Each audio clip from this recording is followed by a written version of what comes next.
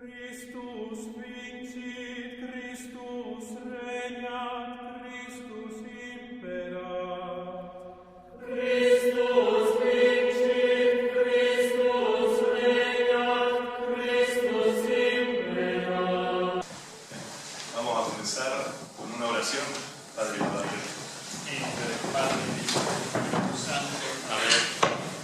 Señor nuestro Jesucristo, Rey de las naciones y de los corazones, Dios que todo lo creaste, lo redimiste y has hecho a nuestro pueblo cristiano, mira con ojos benévolos a esta nuestra querida patria, consagrada a tu Santísima Madre, y escucha a tus hijos que quieren volver a ti. Oh Rey, cristianos hemos nacido y cristianos queremos ser. Nuestra patria es su historia católica y su destino de grandeza es llevar tu nombre como bandera.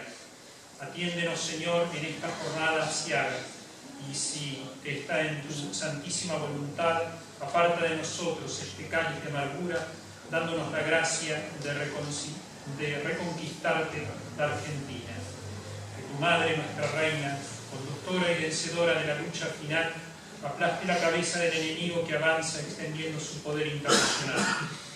Que el ángel que custodia nuestro suelo aparte de nosotros la perfidia y el terror de los que combaten contra ti.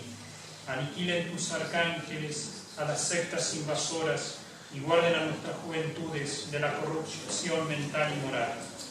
Pero no se haga nuestra voluntad sino la tuya.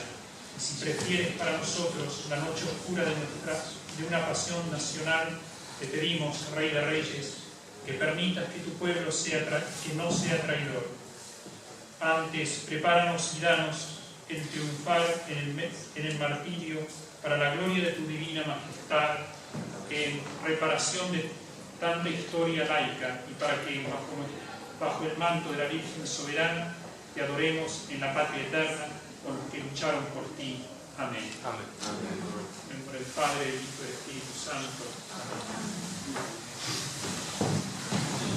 Esposo y padre de 3 hijos, abogado por la Universidad Nacional del Rosario, profesor superior y universitario por la Universidad Católica Argentina, realizó un programa de capacitación directiva con ABDES y la Universidad Austral, es director general del Colegio Sagrada Familia de Bella Vista, provincia de Buenos Aires, profesor de Antropología de la Educación y Fundamentos Pedagógicos de la Acción Directiva en la Escuela de Educación de la Universidad Austral, sede Rosario.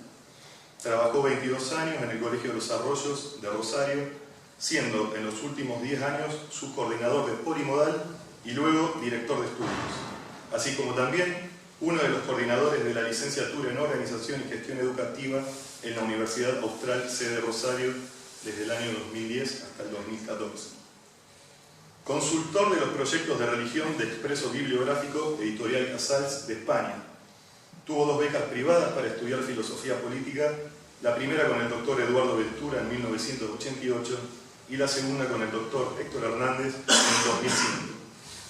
Hizo estudios completos de filosofía en el Studium Generale de la Literatura del Opus Dei. Es fundador del Instituto Histórico Juan Manuel de Rosas de Rosario.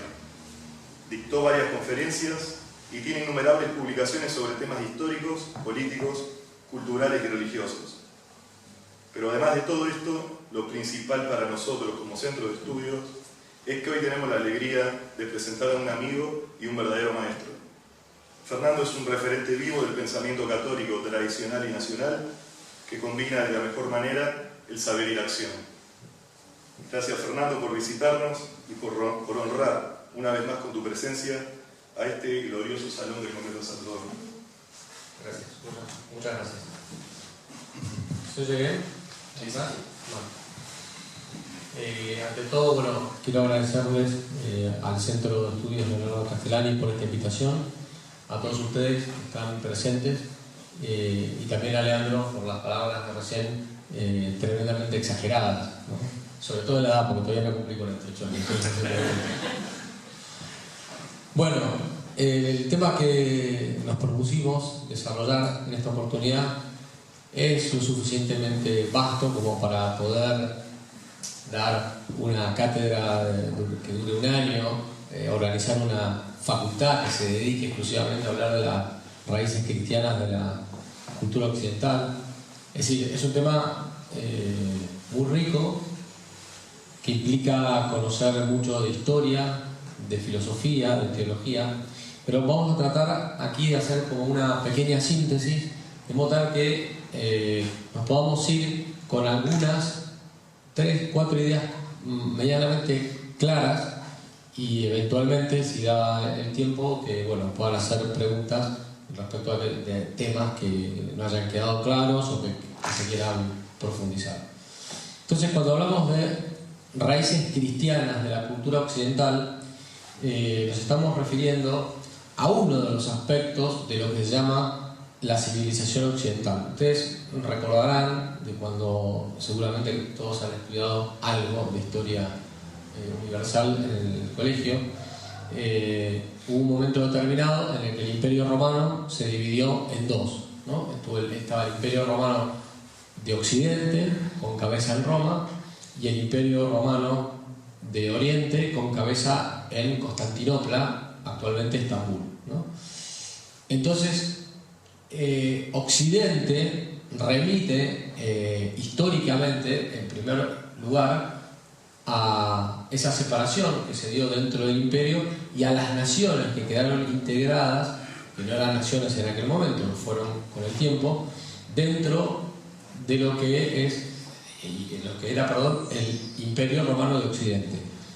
Ahí quedó lo que en el futuro va a ser Italia, España, Francia, Inglaterra, etc., ¿no?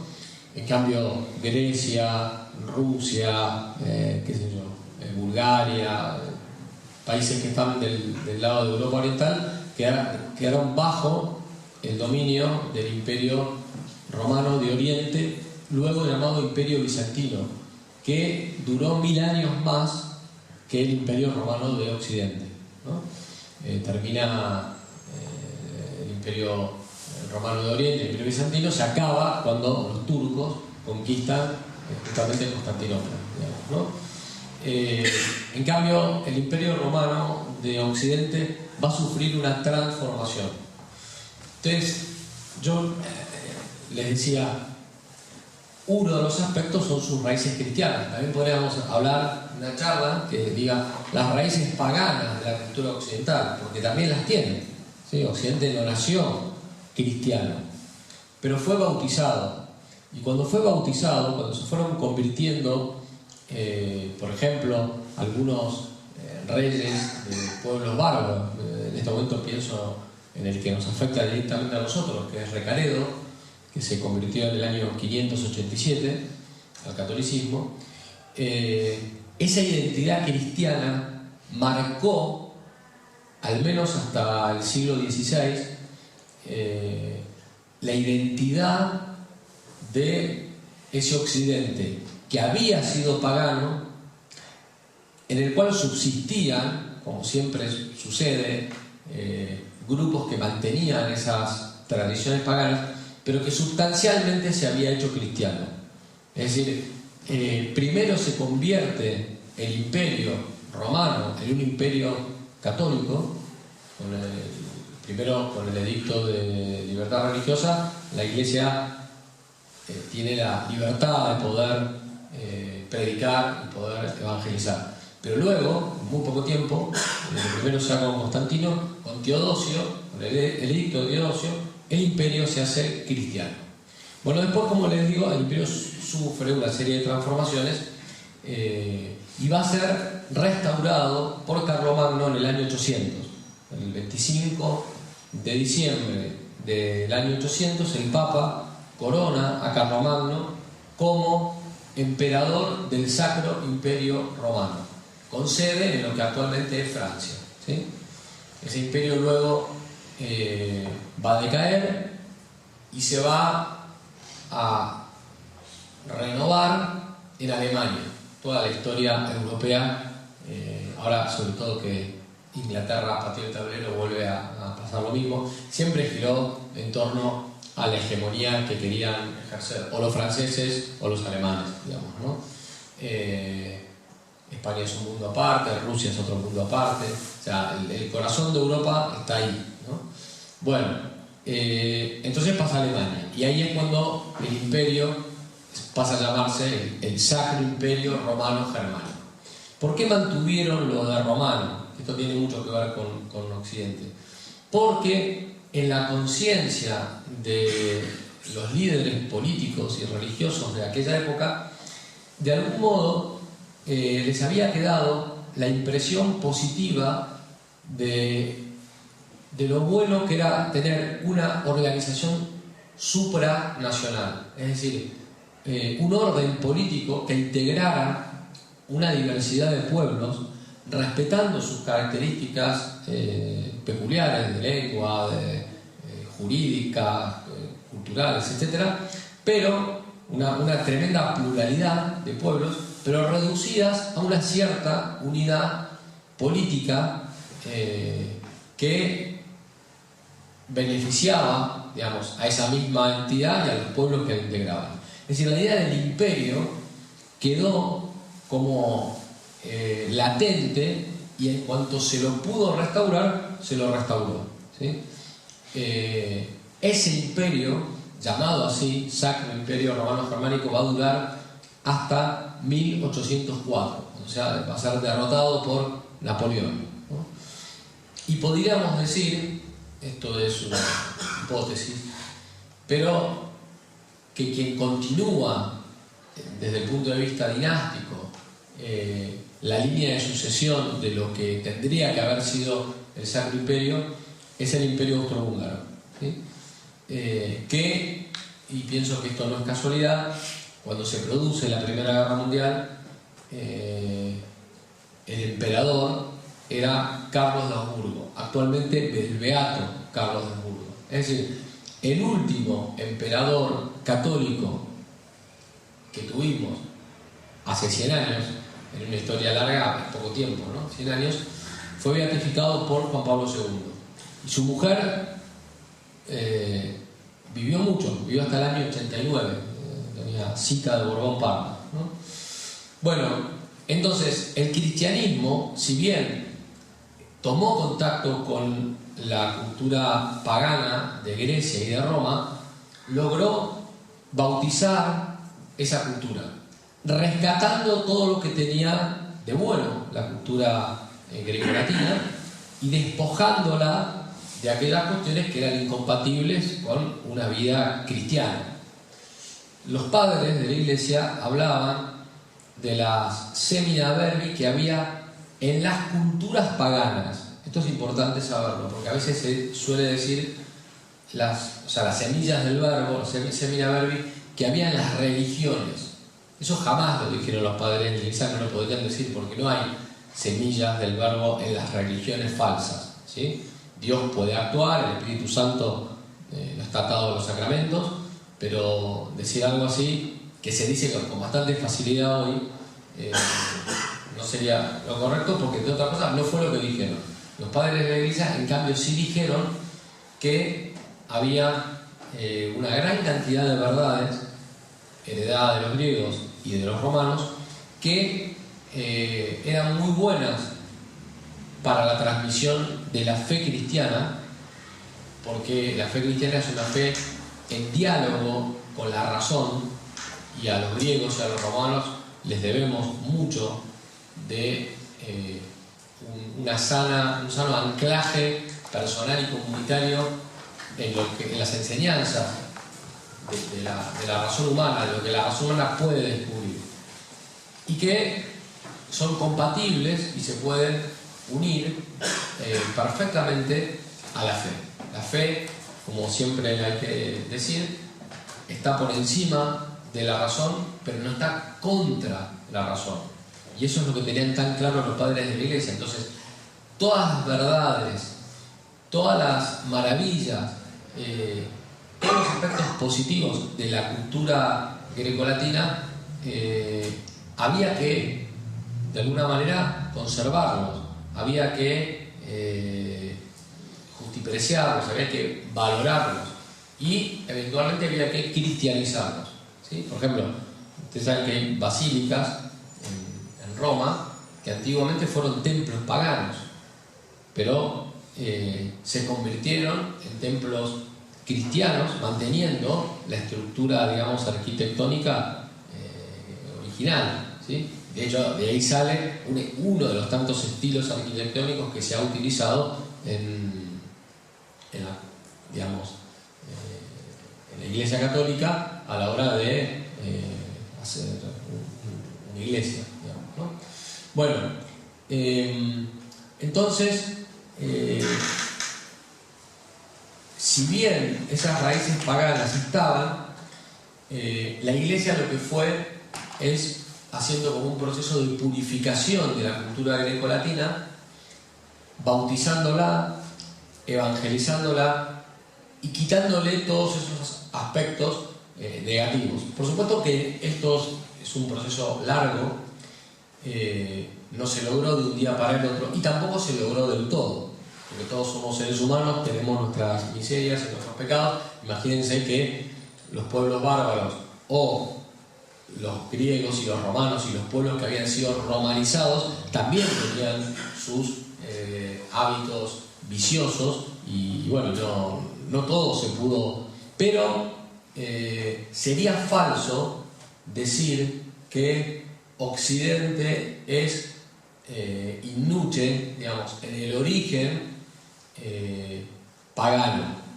Eso es una tesis que hoy está bastante de moda en Francia, en los sectores llamados de la Nouvelle Droite, de la nueva derecha, que reivindican la Europa pagana, ¿sí? Por diversas razones que ahora no voy a... Y tomándose de algo que ya había dicho un escritor romano, Celso, acusan a la Iglesia Católica de haber destruido la cultura occidental y ser la semilla del liberalismo, del socialismo, de las ideologías modernas, ¿no? Bueno, eso es falso.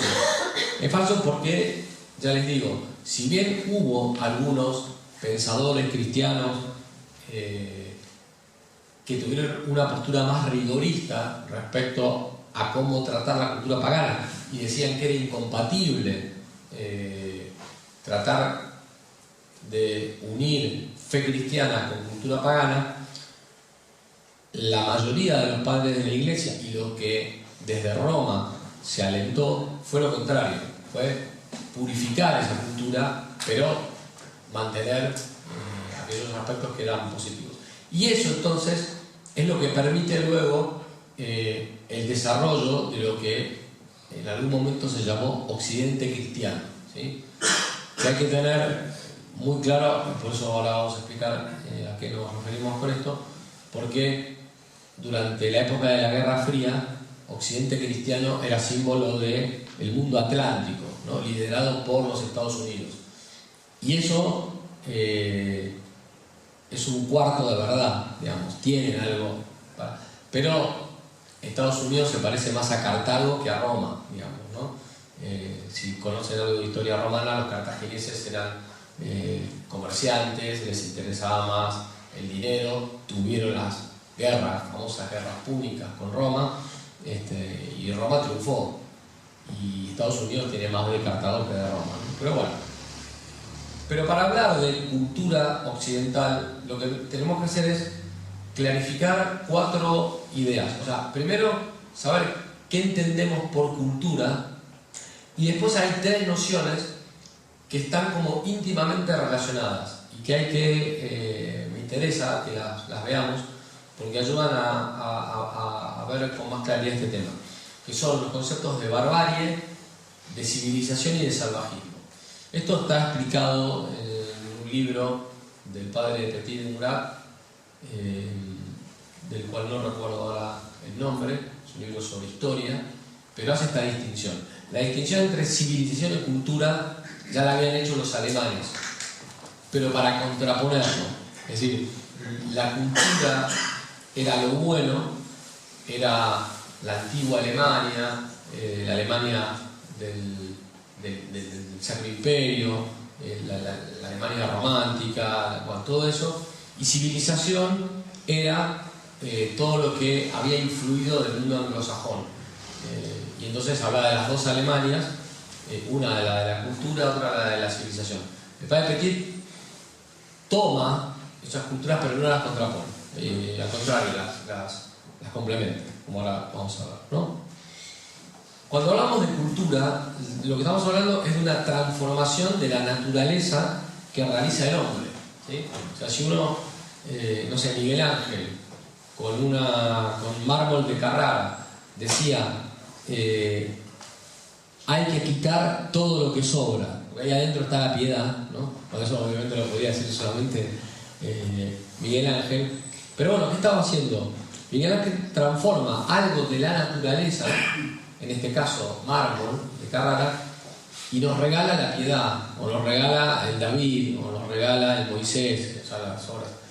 Y lo mismo pasa con lo que es lo que son todos los aspectos de la cultura. Es decir, es una transformación que hace el hombre de la naturaleza, principalmente por medio de la inteligencia, porque detrás de un buen cuadro no solamente está la mano del pintor, sino la inteligencia del pintor, ¿no? Detrás de una partitura en la que está escrita una sinfonía hay una plenitud de vida intelectual, en primer lugar. En segundo lugar, hay un conocimiento que tiene muy en cuenta todo lo que tiene que ver con las emociones y con los sentimientos, que en un artista influyen mucho. Bueno, y se refiere esa transformación tanto a una plenitud individual como social. Es decir, que si bien nos referimos habitualmente a cultura como esa transformación de la naturaleza exterior, y por eso solemos incluir dentro de cultura a las artes, a las humanidades, a las ciencias, etc., la primer perfección que realiza el hombre, el primer acto cultural, es la propia transformación de su naturaleza por medio de las virtudes. Esto, dicho en cristiano, más que el hombre transformarse a sí mismo, es dejar que la gracia nos transforme. Santo Tomás de Aquino, esto lo voy a decir delante de un padre dominico, si cometo algún error que me corrija públicamente, pero Santo Tomás de Aquino decía que en el mérito, en la justificación, para salvarnos, la causa principal era la gracia y la causa secundaria era la libertad humana. Ambas son causas, pero una tiene primacía y es la gracia. Y eso generó un debate con los jesuitas muy grande, ¿no? En el siglo XVI, y la Iglesia no se definió por ninguna de las dos teorías. Lo único que les dijo: déjense de pelear y acusarse mutuamente de herejes. Pero me da la impresión de que las enseñanzas dominicas en este sentido responden más a la realidad. Es decir, cuando el hombre quiere transformarse, lo primero que tiene que hacer, tiene que luchar por adquirir, por supuesto, las virtudes humanas que le falten o perfeccionar las que tiene, pero sobre todo tiene que dejar actuar a la gracia, porque la que hace la transformación radical, y radical en el sentido de que va a la raíz, a sanar la raíz del problema que tiene un ser humano, es la gracia. Bueno, ese hombre que ha hecho esa tarea de cultivo interior, cultura viene de colere, que significa cultivar, y cultivar la tierra. Bueno, el primer cultivo es el cultivo interior. Luego, eso se plasma en una transformación de la realidad exterior, y entonces ahí vemos esas maravillas de la arquitectura, de la pintura, de la música, de la escultura, etc., ¿no? Del cine. Ya podemos hablar de las artesanías también. Muy bien. Acá está esto de la etimología: cultivo interior y exterior. El cultivo interior se da mediante las virtudes intelectuales y las virtudes morales. Esto no se suele decir tanto, se suele insistir mucho en las virtudes morales, la prudencia, la justicia, la fortaleza y la templanza, y nos olvidamos que a la voluntad hay que iluminarla, ¿sí? Es decir, que necesita de la sabiduría de la inteligencia y de la ciencia para poder obrar bien.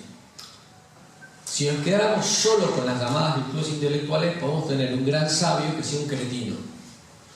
Pero si nos quedamos solo con las virtudes morales, sin profundizar en las intelectuales, se puede caer en un grave error que es el voluntarismo, ¿no? Es decir, la voluntad que actúa de manera ciega o actúa con obediencia ciega o con la cantidad de desviaciones que genera el voluntarismo. Entonces, ese cultivo interior es... las virtudes son esas. Como dijimos que la primacía está en la acción de la gracia, habría que agregarle a esto como más importante las virtudes teologales, la fe, la esperanza y la caridad.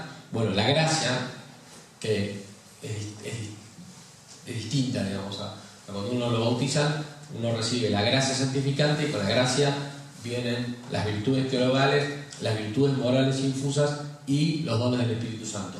Pero son realidades distintas, digamos, ¿no? Bueno, pero todo eso está en el ser humano. Y por eso es que el ser humano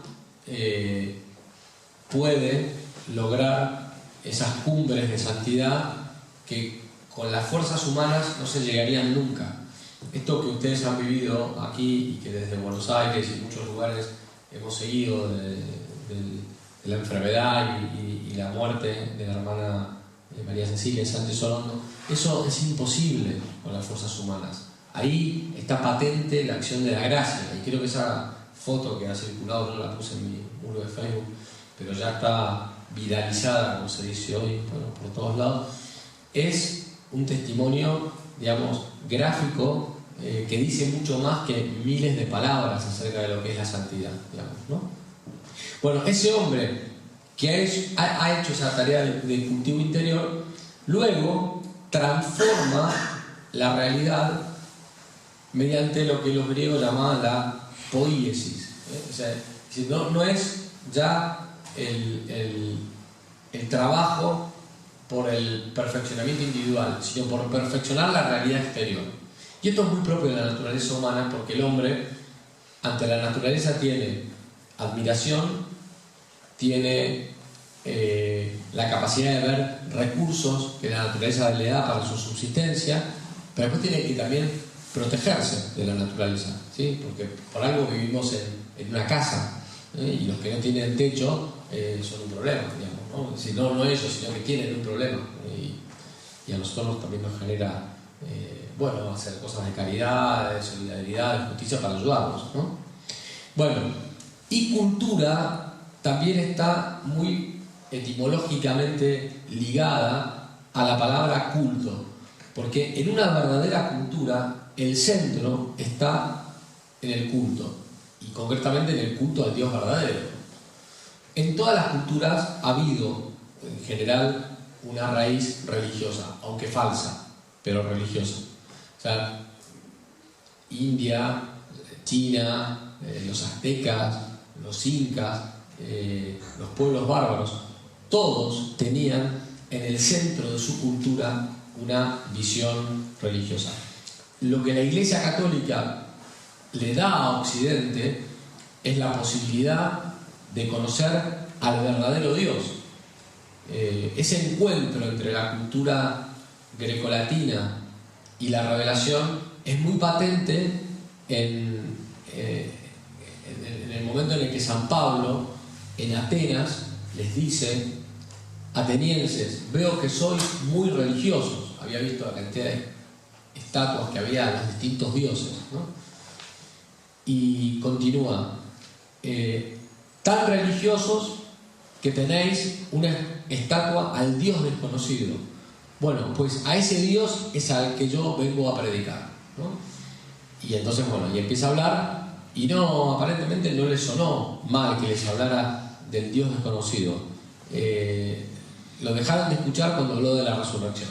Cuando empezó a hablar de la resurrección, ya dijeron: no, este pibe está delirando, y se fueron, ¿no? Se retiraron, y fue un aparente fracaso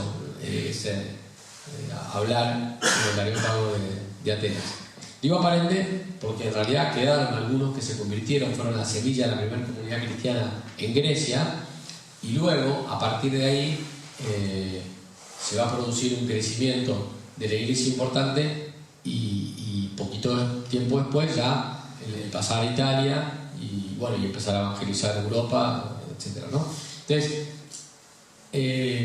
la iglesia católica es fundacional en Occidente, no es una institución más, no es el Ejército de Salvación, no es los Boy Scouts, o sea, que además en algunos casos tienen errores, me refiero al Ejército de Salvación y no a los Boy Scouts, pero lo que quiero decir es, son o instituciones que no tendrán que existir o instituciones que son prescindibles, es decir, los Boy Scouts pueden existir o no, pero la Iglesia Católica no puede no existir, está íntimamente ligada a la cultura de Occidente. Y fíjense que tan íntimamente ligada está que los padres de la Iglesia decían que la existencia del Imperio Romano era providencial. De hecho lo era por cuestiones muy prácticas. Por ejemplo, los caminos que Roma hizo, las grandes carreteras que unían a todas las partes del imperio, ayudaron mucho a la difusión del cristianismo. Y el Papa Juan Pablo II, de una manera bastante audaz para la época en la que lo dijo, cuando escribe la encíclica Fiat Ratio, bueno, en realidad también se sabe que muy trabajada por el entonces cardenal Ratzinger, cuando habla de la evangelización del siglo XXI, dice: los cristianos del siglo XXI tendrán que plantearse cómo evangelizar la India. O sea, todo lo que es Extremo Oriente es un lugar que le ha costado mucho a la Iglesia poder, y de hecho hay muy pocos frutos, digamos, ¿no? Pero dice lo siguiente: pero no se puede evangelizar la India despojándose de la cultura greco-romana o greco-latina. ¿Y esto por qué lo dice el Papa? Porque una tentación es decir, bueno, vamos a tratar de evangelizar con la fe y tomando los elementos sanos de la cultura hindú, pero cortemos con todo lo que tiene que ver con la cultura greco-latina. Y al hacer eso se corre un grave peligro de adulterar la fe. Pongo un ejemplo. Nosotros, cuando asistimos a misa, en el momento de la consagración, decimos que se produce la transubstanciación. Es decir, lo que antes era pan, sustancia de pan, con accidentes de pan, pasa a ser milagrosamente el cuerpo, la sangre, el alma y la divinidad de nuestro Señor Jesucristo, la sustancia corporal de nuestro Señor y espiritual de nuestro Señor Jesucristo, sin sus accidentes propios. No es que Jesucristo está, no se tomó una pastilla de chiquitolina y está como escondido. No, sustancialmente está presente, sin sus accidentes propios. Y los accidentes propios, los accidentes ¿cómo se dice? Del pan han quedado sin su sustancia propia, ¿sí? Ese es el milagro. Y lo mismo pasa con el vino. ¿De dónde sale esa distinción entre sustancia y accidente? Eso es Aristóteles puro. Bueno, pero podríamos expresarlo en otras categorías. Uno diría, bueno, vamos a la India y veamos el lenguaje del libro de los Vedas, que es el libro más importante de la tradición religiosa de los hindúes. Pero ¿saben qué pasa? Por esto que les decía, por alguna razón providencial, Dios quiso que primero, eso también lo dice el Papa, primero la Iglesia tomara contacto con la cultura greco-latina, que le dio una serie de elementos para poder transmitir mejor la fe. Entonces, no es lo mismo decir que hay transubstanciación, o sea, que cambia la sustancia, aunque permanezcan los accidentes. Uno huele pan, tiene sabor a pan, peso específico de pan, pero no es pan, es el cuerpo de nuestro Señor Jesucristo. No es lo mismo decir transubstanciación que decir transignificación, como dicen los anglicanos. O sea, ha cambiado el significado. No, bueno, sí, cambió el significado, pero también cambió la sustancia. Y tampoco da lo mismo hablar de consubstanciación, como hablaba Lutero, ¿sí? Entonces, o sea, consubstanciación era que estaba a la vez, seguía estando el pan, pero estaba presente en nuestro Señor Jesucristo, ¿no? Bueno, y como este ejemplo, toda la teología trinitaria y toda la teología del Verbo encarnado, cristocéntrica, tiene muchísimo de terminología griega. Y no da lo mismo que esa terminología esté o no esté, porque da mucha más como precisión para explicar algo que no lo podemos entender, sino de una manera muy limitada, porque son, en este caso, los dos misterios más importantes de la fe católica, la Trinidad y la Encarnación. Pero sin esas categorías culturales de la tradición griega y romana, haríamos una explicación mucho más pobre de ese misterio. Entonces, hay ciertas corrientes en la Iglesia Católica progresistas que insisten en que hay que despojarse de toda esa escoria, llaman de alguna manera greco-latina, y lo que hay que hacer es poner la fe en categorías de pensamiento moderno, ¿no? Bueno, la realidad práctica que se ha visto es que la mayoría de los casos que se ha hecho eso, la gente lo que ha hecho es perder la fe, ¿no? Bueno, entonces,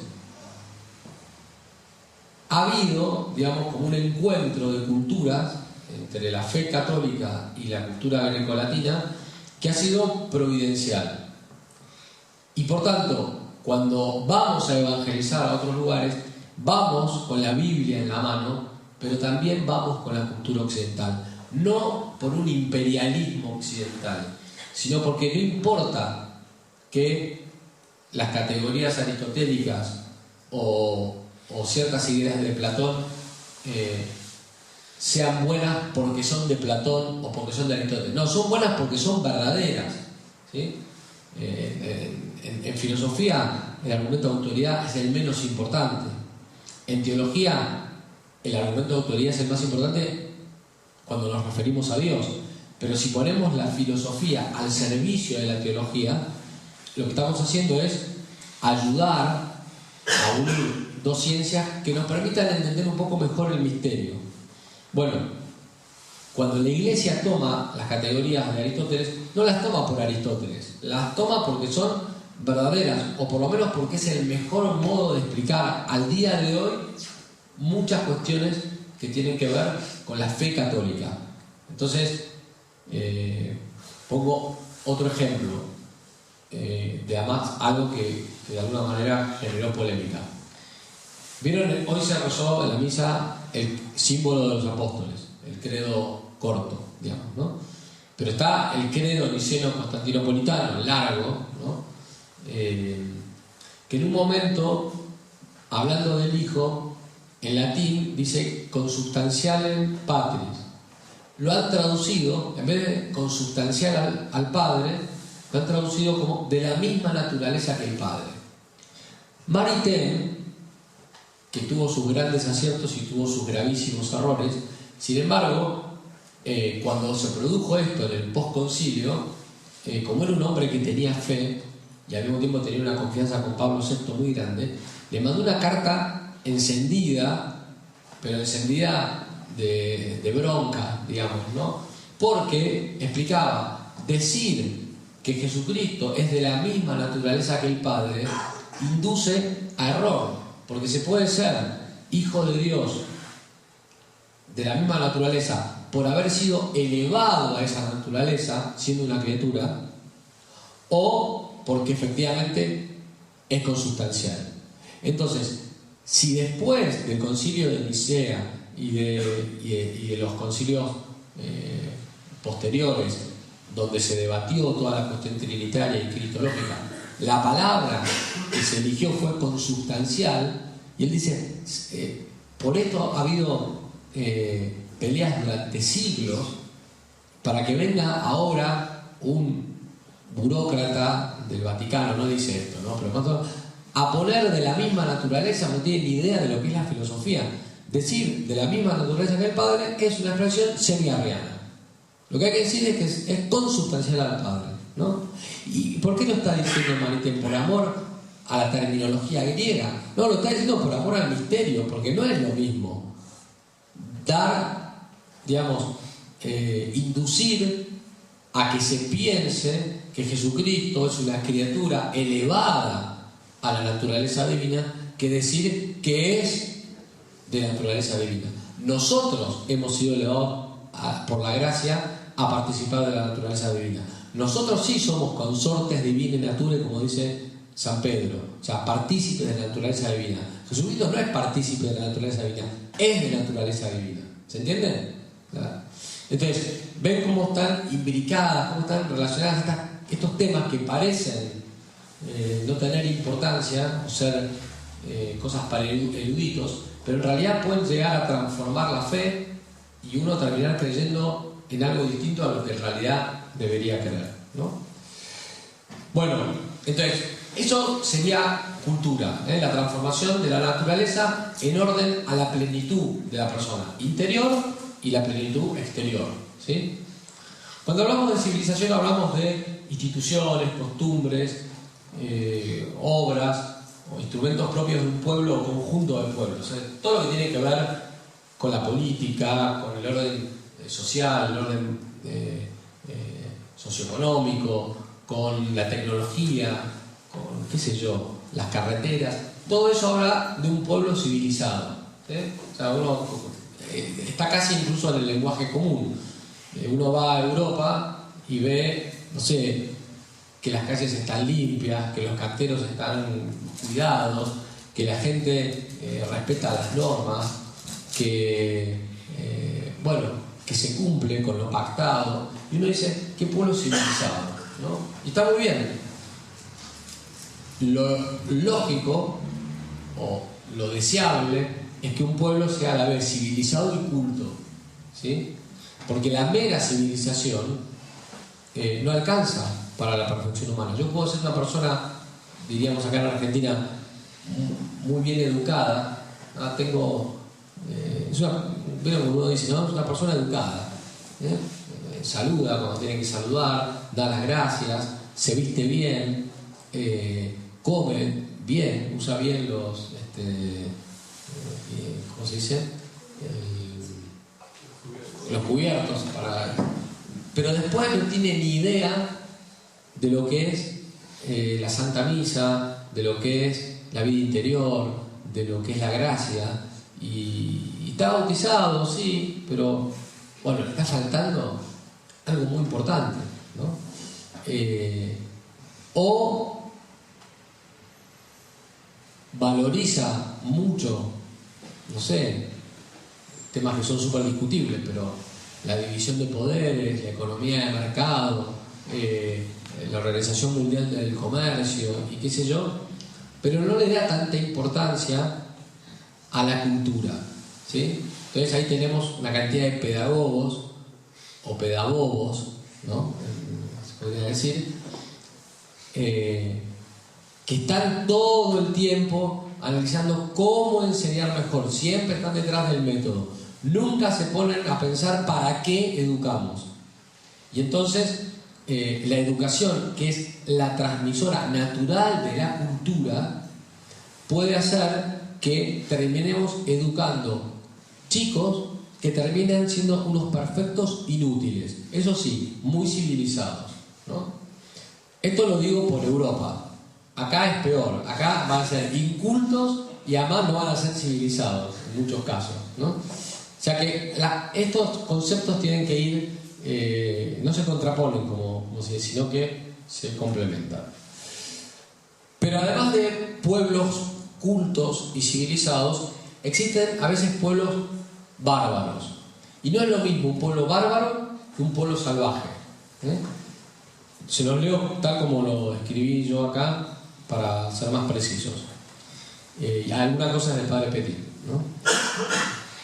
Es el estado, la barbarie es el estado de una persona o de un pueblo bien dotados que están en disposición inmediata respecto de la cultura, pues no han lesionado gravemente la ley de su naturaleza pero todavía no la han alcanzado. Esto es el padre Petit. Es decir, pueblos que tienen como una buena disposición para ser virtuosos, que incluso han alcanzado cierto grado de virtud, pero, ¿y por qué? Porque no han lesionado el orden natural de manera grave, ¿sí?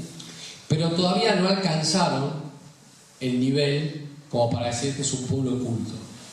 Acá es donde se equivocó Sarmiento. No es lo mismo ser bárbaro que ser salvaje. Un bárbaro puede ser que viva en un rancho limitado, ¿sí? Con un par de cabras o de ovejas o de lo que tenga, pero que resulte que es un hombre que da culto a Dios, que trabaja la tierra, que educa bien a sus hijos. Juan Alfonso Carrizo, que fue uno de los mejores estudiosos del folclore argentino, se encontró en el noroeste, recorriendo el noroeste, con toda la cultura grecorromana transmitida por campesinos analfabetos. En un caso, en una hacienda conocida de Salta, hablando con unos peones, les preguntó lo que les preguntaba a todos. Bueno, a ver, ¿qué le cantaba a usted su madre? ¿O qué sabe? Bueno, se encontró con uno que le recitó un poema sobre los 12 pares de Francia y Carlomagno. Es decir, y todo el ciclo carolingio está en la cultura popular hispanoamericana, no en la cumbia villera, sino en la verdadera cultura popular, ¿no? Entonces Juan Alfonso Carrizo, haciéndose el pícaro, pero para ver si el hombre sabía a qué se estaba refiriendo, le dijo: y dígame, ¿quién era Carlomagno? ¿Carlomagno era un patrón de una estancia por acá de Salta? Le dijo: no, señor, Carlomagno fue un emperador. Es decir, este campesino que no pasó por las aulas normalistas, las aulas sarmientinas, era un hombre culto, no era un hombre civilizado, era un peón, un campesino, ¿sí? Y entonces a lo mejor no sabía usar bien los cubiertos. A lo mejor, no sé, nos metemos en Buenos Aires y no tienen ni idea de cómo se firma un cheque o cómo se usa una tarjeta de crédito. Bueno, no es civilizado, es bárbaro, pero es culto, ¿sí? Otra cosa es el salvajismo, que dice, es el estado en que cae una persona o una sociedad cuando con pertinacia, es decir, culpablemente y queriéndolo, fomenta pasiones desordenadas que lesionan gravemente su naturaleza y por lo tanto su razón. Se expresa en una religión, un modo de pensar, un arte y unas costumbres contrarias a la dignidad humana. Esto es lo que mayoritariamente se encontraron los españoles cuando tomaron contacto con las culturas aborígenes. Bueno, más que culturas, con los pueblos aborígenes, ¿no? Este pseudo historiador que está de moda, llamado Felipe Piña, en uno de los primeros libros que escribió, empieza diciendo una burrada como la siguiente: antes de la llegada de los españoles, los pueblos originarios, palabra ideológica, los pueblos originarios vivían en paz consigo, entre sí, y en armonía con la naturaleza. Entonces, yo no sé si es que es un ignorante de la historia o me está tomando de estúpido, porque cualquiera sabe que los pueblos indígenas vivían en guerra. La guerra era un mal endémico en América hispánica. Y por otro lado, estaba muy difundido la antropofagia, los sacrificios humanos, el alcoholismo, la esclavitud, etc. Y no voy a poner a analizar ahora la cantidad de barbaridades. Eran salvajes. Todos supongo que habrán visto, la gran mayoría, la película Apocalipto, de Mel Gibson. Y lo que él describe ahí, aunque de una manera hay algo de ficción en cuanto a que ubica a los mayas en un momento en el que los mayas ya no existían como imperio, pero eso es accidental, es una licencia, digamos, cinematográfica. Lo importante es que cuando él muestra cómo vivían esos indígenas, los sacrificios humanos que realizaban, bueno, ese salvajismo era real. Eso es lo que se encontró Hernán Cortés cuando llegó a México. Eso es lo que vieron Francisco Pizarro y los que lo acompañaron cuando tomaron contacto con el Imperio Inca. Si bien los incas hacían menos sacrificios humanos que los aztecas. Bueno, eso no es barbarie, eso ya es salvajismo. Yo recuerdo de mis clases, cuando vivía en Rosario, en la Universidad Nacional, con el doctor Petrocelli, enumerar todas las cosas que eran habituales en los llamados pueblos originarios. Y eran estas que yo les digo, es decir, estaban mayoritariamente extendidas, por excepción algunos pueblos no las tenían, pero en general todos eran esclavistas, todos eran, si podían, imperialistas, tenían una organización social tremendamente estratificada. No es que había distintas clases sociales, pero con una movilidad. No. Era como en la India, ¿no? O sea, uno nacía inca, era inca, y si nacías en el nivel más bajo, morías en el nivel más bajo. Y además vivían en guerras permanentes, además practicaban los sacrificios humanos, además algunos practicaban la antropofagia, estaba muy difundida la homosexualidad. Entonces hay una distinción. Fíjense que en el Martín Fierro esto está claro. No es lo mismo Martín Fierro, que es un hombre bárbaro, pero capaz de dar todos esos consejos a sus hijos, que los conocemos porque los habremos leído, ¿sí? Y que se da cuenta que ha hecho mal. O sea, Martín Fierro es un hombre perseguido por el régimen liberal de Mitre, porque no es un libro literario, es un libro de denuncia política, y que por defenderse de esa persecución termina matando. Pero como tiene conciencia de lo que es la ley natural, él sabe que hizo mal. Y se lo dice a sus hijos, porque no quiere que sus hijos pasen lo que él pasó. En cambio, los indios que aparecen, porque él en un momento se escapa y se va a refugiar, se da cuenta que los indios eran peores que los civilizados que lo habían mandado a pelear en la guerra contra el indio. Bueno, esto no quiere decir que todos los indios estuvieran en el mismo estado, ni tampoco lo estoy diciendo en un sentido despectivo, sino describiendo una realidad.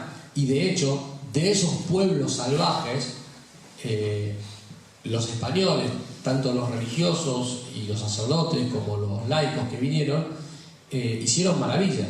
O sea, si ustedes escuchan, pues ahora se pueden escuchar, están grabadas, la música sacra de las misiones, compuesta por Domenico Cipoli y cantada por una gran cantidad de coros, dice, esto es lo que cantaban los indígenas en las misiones. Y ha habido casos de personas, de indios, que dicen, bueno, estos, si no fueron santos, le pegaron en el palo, digamos, ¿no? Es decir, que se logró esa transformación de sacarlos del salvajismo y pasarlos a un estado de barbarie en algunos casos, y en otros casos hasta un estado de civilización y por supuesto de cultura. Hubo indios que fueron profesores en la universidad. O sea, no estaba vedado al indio por el hecho de serlo el ser profesor en la universidad. Lo que tenía que tener obviamente eran los conocimientos para poder ser profesor. Bueno, entonces, cultura, civilización, barbarie y salvajismo. El padre Petit decía una cosa que efectivamente estamos comprobando hoy. Llegará el momento en que tengamos hombres muy civilizados y muy salvajes, ¿sí? Que es lo que puede definir de alguna manera el primer mundo. Es decir, hay un refinamiento en lo que tiene que ver con el avance de cuestiones tecnológicas o de las relaciones humanas o de instituciones, en fin. Pero hay aborto, hay drogadicción, hay suicidios, hay eutanasia. Entonces, ¿de qué estamos hablando? Cuando hablamos de el primer mundo como si fuera... hay cosas que evidentemente se pueden aprender y evitar, hay que tener la cabeza sanamente abierta en ese sentido. Pero ojo que estos pueblos civilizados son, con estas categorías, son civilizados, pero son salvajes. ¿sí?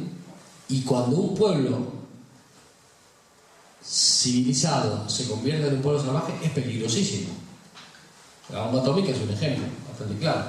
O los campos de concentración, que no los inventaron los africanos, los inventaron los ingleses en Sudáfrica, en la guerra contra los Boers. Y después, bueno, los utilizaron otros pueblos tan civilizados como los ingleses, pero tan salvajes también, ¿no? Muy bien. Frente a esto lo paso rápido, cuando uno habla de cultura, yo recién vieron que me dije, ojo, no me interpreten que estoy diciendo que los indios, porque los indios son seres humanos, tienen la misma dignidad que tenemos nosotros, solamente que uno debe reconocer en qué estado respecto de la cultura se encuentra. Entonces, acá hay tres tendencias que hay que tener mucho cuidado. Una es el relativismo cultural, ¿no? Bueno, da todo lo mismo. Es muy paralelo al relativismo moral. No se puede hacer ningún juicio de valor. Hay que ubicarse en el contexto de la época y punto. Bueno, no da lo mismo que hagan sacrificios humanos a que no hagan. No da lo mismo. No da lo mismo que el alcoholismo esté muy extendido a que no esté extendido. Bueno, lo contrario, que no es lo contradictorio, sino lo contrario, es el fundamentalismo cultural. Por ejemplo, el racismo, ¿sí? O sea, pensar que no existe una dignidad humana esencial, igual para todos, sino que como hay desigualdades que son obvias, ¿sí? Accidentales, eso supone que algunos pueblos son superiores a otros en dignidad, ¿sí? Bueno, eso es un error que ahora no está tan de moda, pero que hace 100 años era bastante corriente entre las clases cultas del mundo occidental y no solamente a las que luego adhirieron al nacionalsocialismo. O sea, así pensaba, por ejemplo, Marx también, ¿sí? La supremacía del hombre blanco era una cosa bastante como aceptada entre la élite europea de la Belle Époque y bueno, incluso en algunos círculos con posterioridad a la Primera Guerra Mundial. La cultura cristiana dice, no, a ver, hay que distinguir. Hay una igualdad esencial por la cual todos somos seres humanos y si estamos bautizados somos hijos de Dios, y si no estamos bautizados hemos sido creados por Dios y en algún sentido se puede decir que somos hijos de Dios. Y después hay desigualdades accidentales. O sea, es evidente que nosotros nunca vamos a poder ser tan ordenados como los alemanes. Ya está. O sea, tenemos que tratar de ser más ordenados. Pero como los alemanes no nos va a salir, no está en nuestros genes, digamos, ¿no? Pero a lo mejor tenemos otras cuestiones en las que nosotros tenemos superioridad. Pero acá eso no interesa, o sea, interesa como a una persona que quiere saber cuáles son sus fortalezas y sus debilidades. Bueno, un pueblo tiene que saber cuáles son sus fortalezas y cuáles son sus debilidades. Pero son accidentales, es decir, todo pueblo, por el hecho de serlo, tiene una dignidad y merece ser respetado. Eso